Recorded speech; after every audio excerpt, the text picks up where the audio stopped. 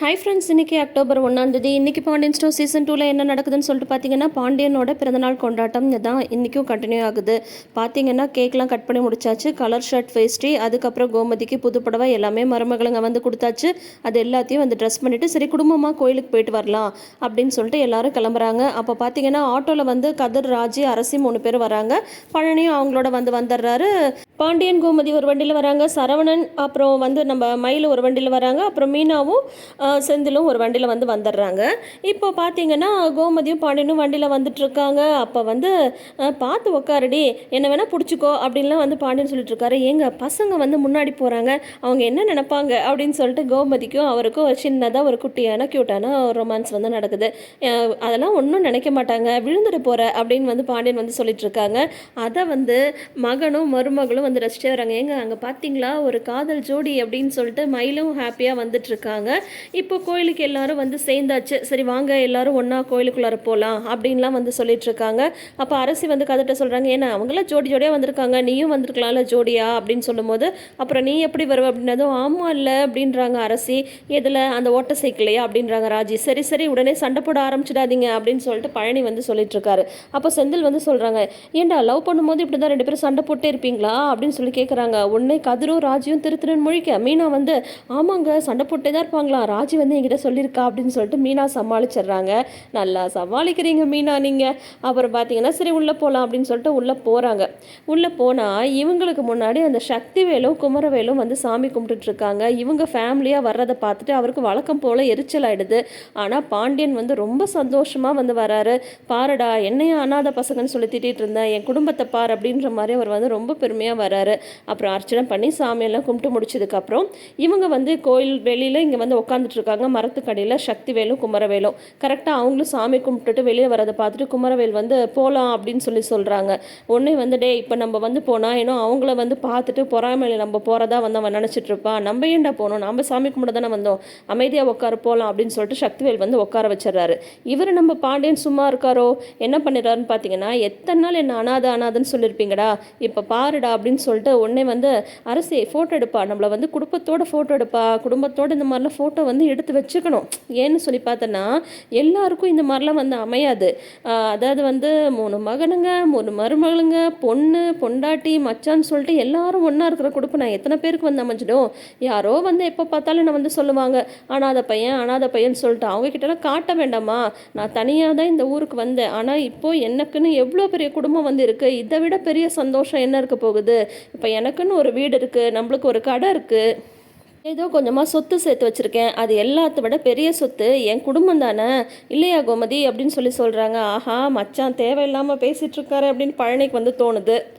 உடனே வந்து குமரவேல் சொல்கிறாங்க, அப்பா பாருங்கப்பா வேணும்னே இந்த மாதிரி பேசிகிட்டு இருக்காங்க, நம்ம எதுக்கு இதுக்கு மேலே இங்கே உட்காரணும் அப்படின்னது. இருடா அவன் என்னெல்லாம் கூத்தடிக்கிறான்னு பார்க்கலாம் இருடா அப்படின்னதும் அப்புறம் வந்து எல்லாம் ஃபோட்டோ எடுக்கலாம் அப்படின்னு ஃபோட்டோ எடுத்தது. அப்புறம் ஜோடியாகவும் எல்லாமே ஃபோட்டோ வந்து எடுக்கிறாங்க. ஃபோட்டோ எடுத்து முடிச்சதுக்கப்புறம் பாண்டியன் வந்து அப்படியே பெருமையாக நடந்து போகிறாங்க. கடைசியாக வந்து பார்த்திங்கன்னா இந்த ராஜியும் அரசியும் வந்து நடந்து போகிறாங்க. அப்போ தான் சக்திவேலுக்கு வந்து ஒரு ஐடியா வந்து தோணுது. ஏண்டா என்ன இருந்தாலும் அவன் சொன்னது கரெக்டு தானே, அவன் 3 பசங்களுக்கு கல்யாணமே நடக்காதுன்னு நம்ம வந்து சொல்லிட்டு இருந்தோம். ஆனால் நான் ஜம்முன்னு அவன் 3 பசங்களுக்கும் கல்யாணத்தை முடித்து பொண்ணுங்களோட வந்து மருமக பொண்ணுங்களோட வந்து அவன் உட்காந்துட்ருக்கான்.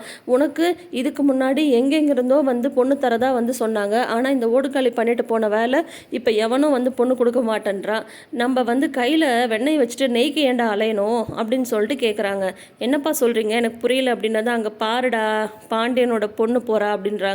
அவளுக்கு என்னப்பா அப்படின்னதும் அவன் முறப்பொண்ணுடா, முறப்பொண்ணு இருக்கும்போது நம்ம ஏன்டா வெளியில் வந்து பொண்ணு தேடணுன்றாங்க. அப்பா என்னப்பா சொல்கிறீங்க அப்படின்றாரு குமார். உடனே நான் கரெக்டாக தான்டா சொல்கிறேன், நான் சொல்கிறத நல்லா யோசிச்சுப்பாரு, நம்ம வீட்டில் வளர்ந்து நம்ம கூடயே இருந்தவ ஓடி போனதுனால எவ்வளோ பெரிய பிரச்சனையாகி போச்சு. அந்த ஓடுகாலி அவள் வந்து சந்தோஷமாக இருக்கலாம், நீ வந்து கல்யாணம் ஆகாமல் கஷ்டப்பட்டுட்டு இருக்கணுமா, வீட்டில் இருக்கிற பொண்ணு ஓடி போனால் என்ன வழின்னு ஆகும்னு சொல்லிட்டு அவன் மட்டும் அனுபவிக்க வேண்டாம், நம்ம வீட்டில் ஒன்றுக்கு 2 தடவை அனுபவிச்சிருக்கோண்டா, அவனுக்கும் அந்த வழி வந்து புரியணும். அதனால் அவனோட பொண்ணு தாண்டா உன் பொண்டாட்டி, நான் சொல்கிறத யோசிச்சுப்பாரு, யோசிச்சுட்டு அதுக்கு என்ன செய்யணுமோ அதை செய் அப்படின்னு சொல்லிட்டு இப்போ ஒரு பிளானை போட்டு கொடுத்துட்றாரு. ஆனால் கதை இப்படி தான் நகருன்றதை நம்ம எல்லாருமே எக்ஸ்பெக்ட் பண்ணி தான் வச்சுருந்தோம். இந்த பக்கம் அரசு இருக்கும்போது அந்த பக்கம் குமார் கல்யாணம் ஆகலாங்கும் போது கண்டிப்பாக பழி வாங்குறதுக்கு இவங்க ஏதாவது இந்த மாதிரி தான் பிளான் பண்ணுவாங்க அப்படின்றத நம்ம எதிர்பார்த்த விஷயந்தான். இதில் வேறு என்ன சொல்கிறாரு, கல்யாணம் பண்ணிட்டு வந்து நான் குடும்பம் நடத்துன்னு யார் சொன்னா, இல்லாத சித்திரவதை பண்ணு, எதிர்த்த வீட்லேயே இருந்து அவன் பார்த்து பார்த்து அழணும் அப்படின்ற மாதிரிலாம் பிளான் போட்டு கொடுத்துருக்காங்க. ஸோ இப்போ என்ன நடக்குதுன்னு சொல்லிட்டு பார்க்கலாம். அரசு வேறு குழந்தை பிள்ளையாக இருக்குது. குமார் ஏதாவது நடிப்பு நடித்து இந்த அரசியை வந்து கவுத்துடுவாரா என்னன்னு சொல்லிட்டு தெரியல. வெயிட் பண்ணி பார்க்கலாம். இப்போ அடுத்தது பார்த்தீங்கன்னா பிறந்த நாள்லாம் முடிஞ்சு அன்றைக்கி நைட்டு வந்து எல்லோரும் ஒன்றா உட்காந்து சாப்பிட்றாங்க. அப்போ பார்த்தீங்கன்னா பாண்டியனுக்கு வந்து என் மருமக பிள்ளைங்க 3 பேரும் என்னை இப்படி குஷிப்படுத்துறீங்களே, இந்த மாதிரி ஒரு பிறந்தநாள் வந்து நான் கொண்டாடினதே கிடையாது. எல்லா வருஷமும் தான் பிறந்தநாள் வரும், ஆனால் இந்த வருஷம் வந்து மனசுக்கு அவ்வளோ நிறைவாக இருக்குது அப்படின்ற மாதிரிலாம் பாண்டியன் வந்து சொல்லிட்டு இருக்காங்க. கோயில் இத்தனைக்கும் கிச்சடி பாயாசம் எல்லாம் செஞ்சுட்டு வந்து அதை வேறு பாண்டியன் கையிலலாம் கொடுக்க வைக்கிறாங்க. அதனால் அவர் ரொம்ப ரொம்ப சந்தோஷமாக இருக்கார்.